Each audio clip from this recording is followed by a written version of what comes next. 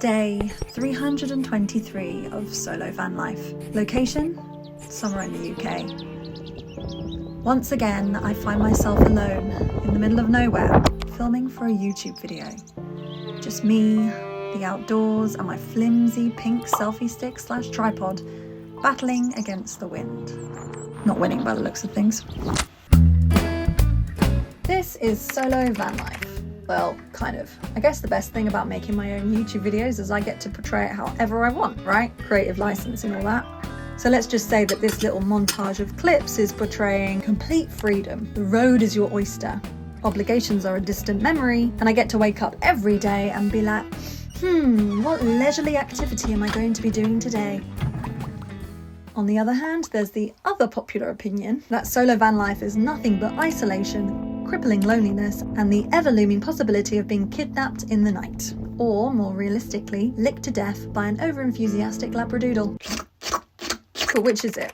Well, I'm going to try and share with you what it's like for me to live on the road on my own. Obviously, as you can see, I'm not completely on my own. I do have Winnie the dog. But anyway, I'm going to start with one of the biggest assumptions, that solo van life means being completely cut off from your friends and family back home. Of course, this is all completely personal. If you wanted to pack up your van, drive off into the sunset and never see your friends and family ever again, you absolutely could. But that really wasn't my aim. I'm very lucky to have a really lovely relationship with my friends and family, and I wanted to make sure that they were always part of my life, even with the van life. So when I was choosing a van, I made sure it wasn't just me sized, but there was enough space to actually host people. This is also why I built this massive L-shaped, ridiculously comfortable sprung sofa. It took me 3 months to make, which some people build a whole entire van in that time, but anyway. Honestly though, totally worth it. So comfortable. It's the perfect place for having people over, whether it's just a casual dinner or a full-on sleepover. Speaking of which, I can actually sleep 3 people comfortably in here. 4 at a push if you put 1 person on the floor.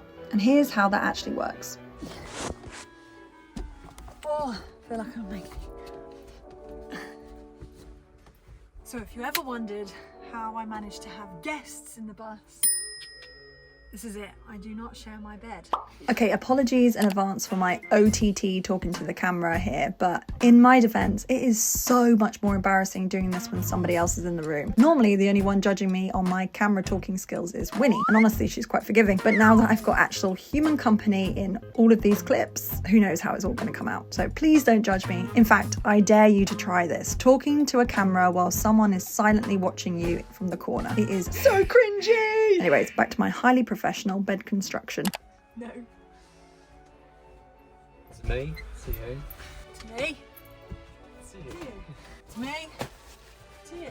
This to me to you thing is really a British reference. To me. To you. To me. To you. So right now we're stacking all of the sofa cushions on the driver's seat. It's actually a great place to put them to get them out of the way of the living area or whatever. Last one. Then blinds come down.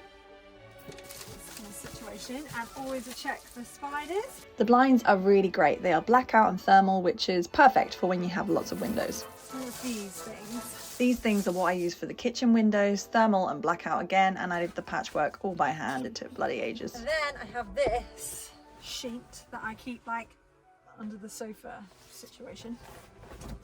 Under the sofa cushions is a great space to store many things. That's a small space solution for you. Okay, here's another small space hack for you, because obviously storing an extra duvet for guests would take up way too much room in a van. So basically I just keep 2 duvets on my bed at all times. Okay, and for one, if it gets freezing, having 2 duvets is just, you know, amazing and a necessity really. 2, it looks aesthetic. And 3, perfect for when guests stay over. I instantly have an extra duvet. Every guest gets the same treatment. This is guest Kelly. And yes, I do wash the sheets and duvet in between the guests, I promise. I'll show you how I do my laundry in another video, but for now, just know that this is all fresh and cozy. You're welcome, Kelly. Oh, it's just so cozy and pretty. That was really eggy. That was so eggy. He said this really nice thing about my van, and I was like, can you just say that for when the camera's on? And action, and he just went, oh, it's so cozy. Like, with a... Oh, God. You missed the moment, like, it wasn't authentic. Yeah, it is very cozy then, it is very pretty. So yeah, if you come stay with me, you actually get your own bed, and we can even separate the areas with these shutters.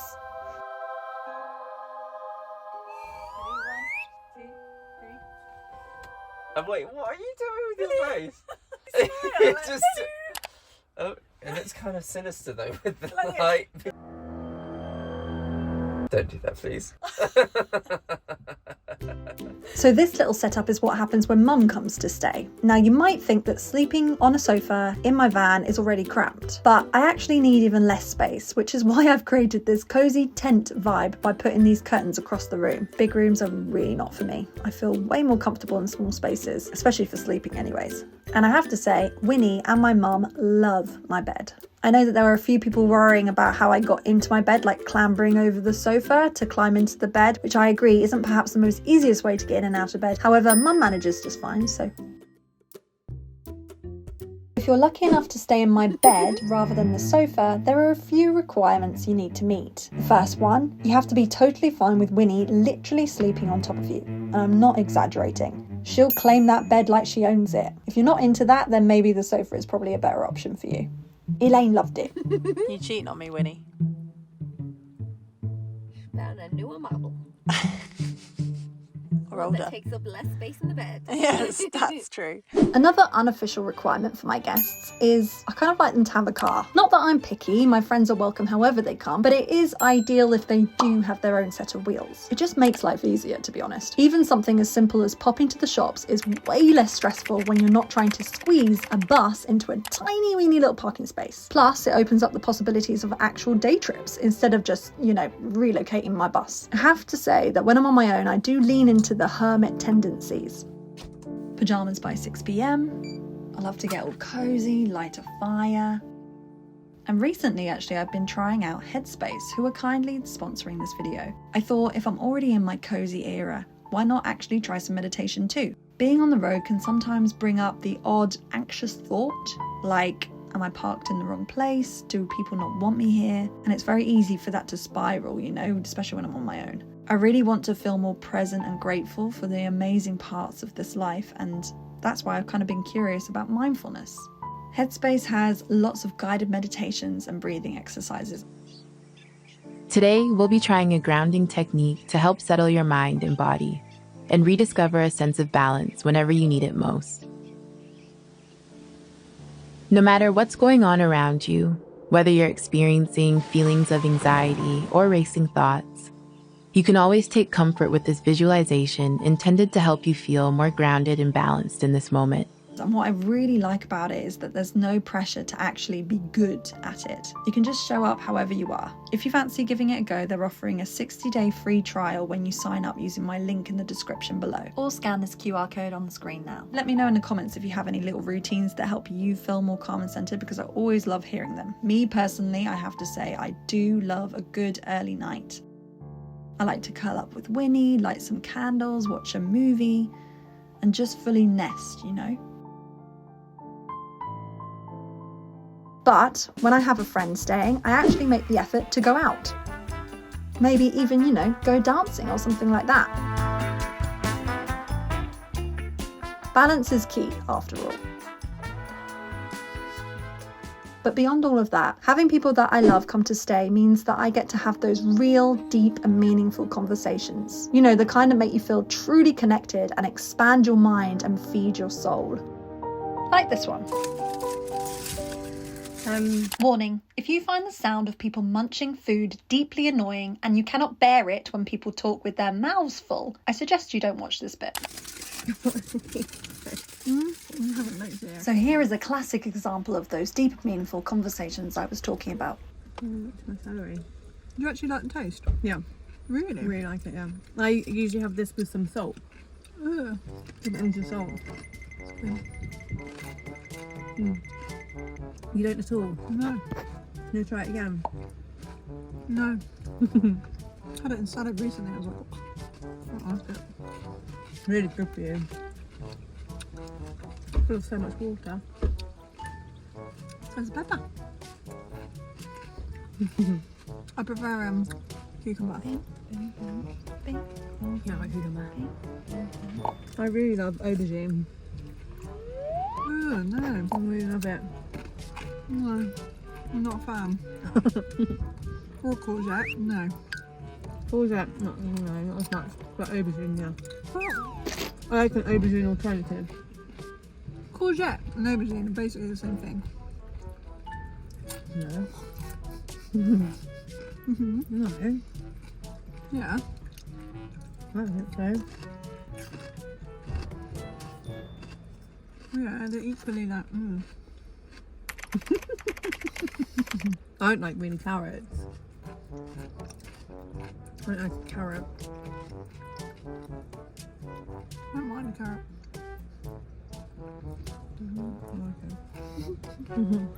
Why are we talking about vegetables? I don't know. So at this point, I think Kelly and I had completely forgotten I was filming, which to be fair is understandable because why would anyone intentionally record a conversation about vegetables? Quality content. And yeah, I made you watch it anyway.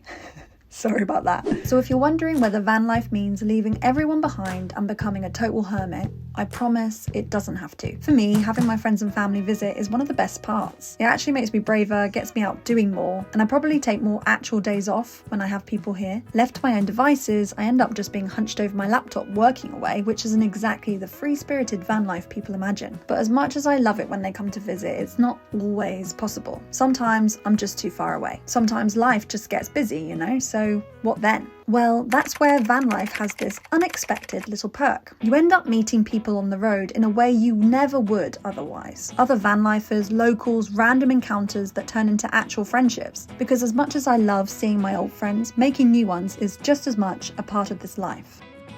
Okay, but how do you make new friends when you're a full-blown bloody adult living in a van on your own? Well, it's easier than you think. Meet Philly and Keely. Now these guys, we originally connected over Instagram. We've had a few messages here and there over the years, you know, and then last summer they decided to come and join me in Cornwall. Welcome to Martha, by the way.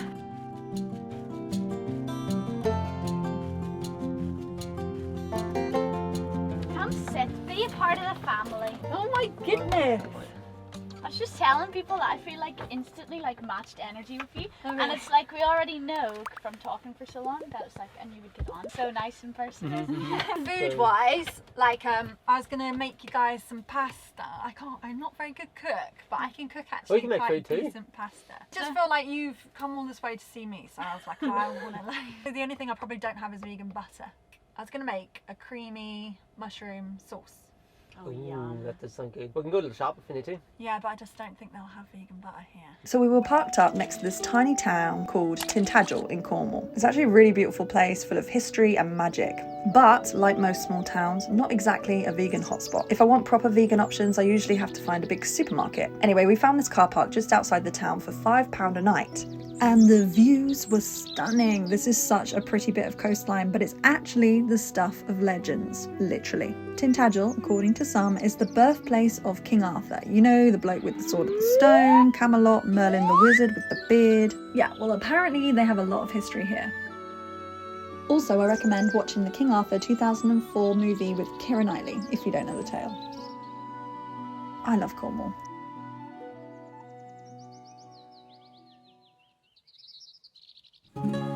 So another thing that I love about this park up, not that you asked, but I'm telling you anyway, is that it's such a quick walk down to the beach. And if you're ready for a bit more history, Cornwall's coast is full of hidden coves and caves which were perfect for smuggling. Smugglers and locals would stash brandy, tea, tobacco, basically anything that could be taxed under the noses of customs men. This really is pirate country. So basically this park up is a hidden gem. Cornwall can be a little bit tricky for wild camping, especially in the summer when it's heaving with tourists, me being one of them, but this spot was really ideal. And before you ask, yes, I know Winnie is missing. She's actually my mum's dog, technically. And over the summer my mum wanted to have her back while she had some time off, and I mean, I couldn't exactly say no, could I? Anyway, back to my cosy evening with Philly and Keely. Recording, Josie Cam. Oh, you guys look cute in my bus. This is good. We'll swap. Yeah, alright. Okay, your You camera wouldn't, you woman. wouldn't want Martha. Just casually pretending I'm a master chef as I chop mushrooms in my van. Philly's filming it like we're shooting for a Waitrose advert, don't you think? Look at this. Look at this. Stodge. The biggest pool of pasta you've ever had. Thank you so much. Will I do a taste test? Oh yeah, you can do a taste test. Here goes. Mmm. It's good. Is it okay? It's wonderful. Thank you so much. I'm excited. Sharing food with people on the road is one of those little joys that makes van life feel less like a solo adventure and more like a travelling dinner party. So when Philly and Keely made me breakfast in their van, I obviously didn't say no, partly because I never turned down free food, but mostly because I love seeing how other people do this whole van life thing. No, you got cheers plates. Oh. Cheers! Cheers! Everyone has their own way of making it work, and there's something really quite nice about that. It's like a weird little community where your neighbours just happen to have wheels instead of postcodes. Another thing that I love about meeting people on the road, especially through social media, is that I meet people who actually do the same thing as me for my job. No one really from my real life back home is doing the whole YouTube thing. Philly and Keely, on the other hand, are total pros. They post every single week, they always have their cameras out, and they talk to the lens like it's an old mate that they've known for years. Behind the scenes! Yeah, behind the scenes. Meanwhile, for me, I don't know, I just don't feel that natural about it. What a spot, eh? Yeah, no, the view is insane. Josie, there's so much light in this van. It's crazy. I've got loads of windows, haven't I? That's true. Which, considering my job before was in the performing arts, that's mildly concerning, really. But watching them work has been ridiculously helpful. They've even taught me some tips and tricks about Premiere Pro. I feel like the social media van life world is full of really talented content creators. Another incredibly talented content creator couple I met was Amy and Craig from Kinging It. And by met, I mean I saw their stuff on Instagram and I thought they look fun. And then I invited myself into their lives in Scotland, as you do. Now, when you meet internet people in real life, you never really know how it's going to go. They could be exactly like how you imagined, or they could be like those Airbnb listings where the photos look amazing, but then you turn up and there's a weird smell and the toilet doesn't flush. So, to be on the safe side, I plan to meet them for just, one night at their new place in Scotland. Test the waters. Make sure that they're not serial killers, that kind of thing. Welcome to Custard the Bus. Hey. Coming in, mate. Obviously, they weren't, unless they're playing a very, very long game. So what you got going on? A lot. I mean, we're living in this right now, so there's stuff everywhere. And also, this is a van life truth. This looks like this 1% of the time. Don't go in the bathroom right now. There might be stuff in there. It'll just fall out on you. Come on through, mate. But we did you a solid. We put some candles on. Yeah, thank you. That's really nice. Because we cook many a curry. So yeah, this is she. This is the kitchen. Got a big pull-out drawer, which is for all of our food. You've got a little, what's the sink called again? Belfast sink. Bathroom. We're not shower. going in. Yeah, you can't go in there. No, it's private. state. This sofa pulls out into an extra bed. We've had many people in this bus before. Maybe 6 people to sleep. Are you A joking? few on the floor. Oh my we God. We about getting hammocks at one point just to put across. Was it 6? 3 in here. Be more. We had 3 little 2, people. 4. Winnie, what are you doing? Sorry. We can play. So She's tired, that's what's going on. Bestest girl. Oh. Ruining their whole bed, which they've done all so nicely. Oh yeah. Yeah, long one today. And she's got your dirty paws all over your bedding. I'm so sorry. No, And we got on ridiculously well. So instead of just one night, I ended up staying with them for most of the week. And honestly, we had such a good time. Oh my God! Jose, this is insane! Thank you! Oh wow! It's so sick, isn't it? All of it! Every single last bit of it! It feels so amazing as well in here. Oh my god, she's got She's very excited. Watch the candles in. You got the zoomies! Good girl! And I love that you have a sofa. Not even just a bench with sponge. A sofa. And it's pink. Will you please? We made tea.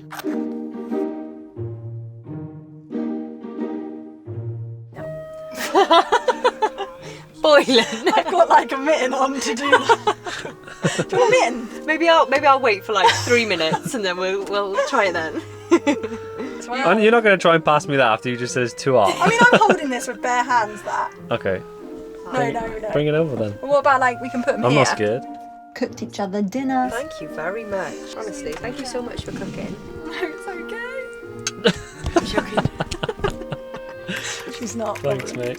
Looks great. Look at that. Side salad as well. Come on. Side salad. I was trying to get a cute shot and then Josie just threw her wine all over her top. Oh, They're mate. so upsetting. What you got put in it? Salt or soda? We watched movies. Winnie got all the attention. They took me to explore all the local area. And they even drove me and Winnie miles to see the pink castle, which felt very on brand for me.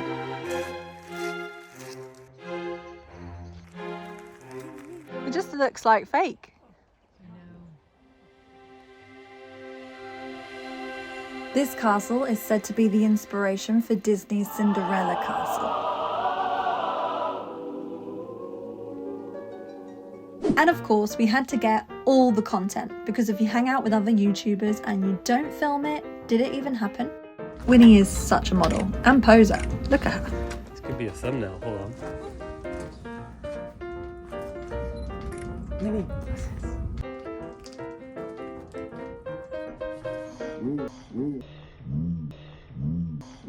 Oh my god! You're crazy! Have you ever done that before? No. Oh my god. You're crazy! Winnie's lost the plot.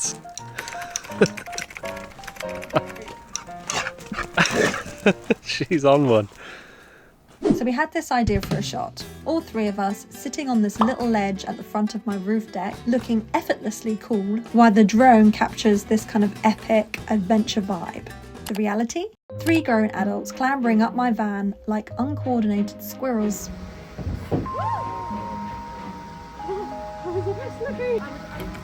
Yeah, that's it. I've got your legs. We're coming on. She's coming. Done. Okay.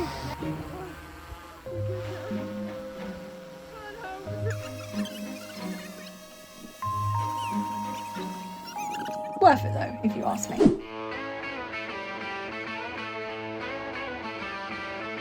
Like Philly and Keely, I really loved watching and learning from Amy and Craig and how they do their whole content experience. Oh, so amazing. Whoa. Yeah, that thing is so good. Craig and Amy have been doing it for years, so I thought I'd get some, behind the scenes stuff. So Winnie needs a shower. Don't you need to be washed? Craig and Amy are going to put it in their video, which should be fun. Craig's getting... What are you getting out? Gas fire. Oh, because it's cold in their house at the moment. Only the best for my guests. You're making it cosy for us. So I'm going to do like some behind the scene footage of you filming your YouTube video. You filming me, filming you. Yeah. Exactly. I think we're getting in as well, aren't we? Gonna have a shower. Oh, 100%, yeah. This is going to make my whole year, I think. Bath in the dog. You got a lighter? Yeah, I could get one though. I got matches. Oh, let's get a shot of Amy getting a shot of him. You winding up my again. She's just so susceptible. Lovely. It's time for a bath. If my mum complains when I go home that Winnie's barking all the time, I'll say it's your fault, Craig. Sorry, Mandy. So they're building a house basically in Scotland, and it really isn't finished yet. It's basically a construction site with a bathtub, and since Winnie loves a bath and a shower, Amy and I thought, why not? Because the house wasn't finished, there was no heating, so Craig had to drag this gas heater into the room just so that we could survive getting out of our clothes. I have to close this door, Zach. Goodbye. And there we were, me and Amy in our swimming costumes, scrubbing Winnie down in an ice-cold half-built house while Craig filmed the whole thing, which, out of context, looks bloody weird. Also hilarious. But I guess that's the reality of making videos, right? You just find yourself in these ridiculous situations and somehow it all makes sense in the moment. Winnie was thrilled, by the way. We were freezing and Craig was a very professional cameraman. After a week of cooking together, exploring, and let's be honest, climbing all over my van in the name of content, I'd gotten quite used to having them around, really. It's funny how quickly you can go from strangers on Instagram to practically housemates, if you call 2 vans parked up next to each other a house. Anyways, we actually had such a nice time that we ended up doing a little road trip together in my van, but that's a story for another day. Yeehaw! What's for dinner? Dog in the bag delivery. However, all of this, the time alone, the time with friends, the impromptu adventures, has made me realise something, that solo van life is something I really recommend. One week, I'm off by myself having my main character movie moment, and then the next I'm parked next to some new friends, sharing breakfast and chatting over a cup of tea in the morning. But how to meet people on the road is really a great question, because I definitely used to wonder the same thing, but turns out it really isn't as hard as you think. Instagram, honestly, has been the best way for me. If you follow any van life accounts and interact with people, you'll naturally end up crossing paths, basically. And that's how I met Craig and Amy and Philly and Keely. Van life festivals, if you ever get the chance to go to one, they are full of like-minded people and you are guaranteed to leave with new friends. Campsites and park-ups, sometimes it's actually as easy as parking up somewhere and saying hello. And actually my final way of meeting new friends on the road is winning, like dogs. Really, if you have a dog, you're instantly 10 times more approachable. And at the end of the day, it's all about finding the right balance. You can be as social or as solo as you like, and that's what makes van life, I think, so special. So this question of, do I ever feel lonely? Honestly, not really. I think being alone and being lonely are two very, very different things. Loneliness isn't really about being alone, it's about feeling disconnected, and in this life, I feel more connected than ever. And if I ever do feel like a bit too much of a lone wolf, I can literally just plonk my house next to someone else's and then suddenly I have neighbours. It's quite convenient, really. Or if there's literally no one nearby, sometimes even just taking a minute to sit still and breathe can make me feel a whole lot better with that whole lone wolf situation. Anyways, I should probably stop talking before it turns into some kind of heartfelt TED talk on the joys of solitude. Go make yourself a cup of tea or something. That's what I'm gonna do.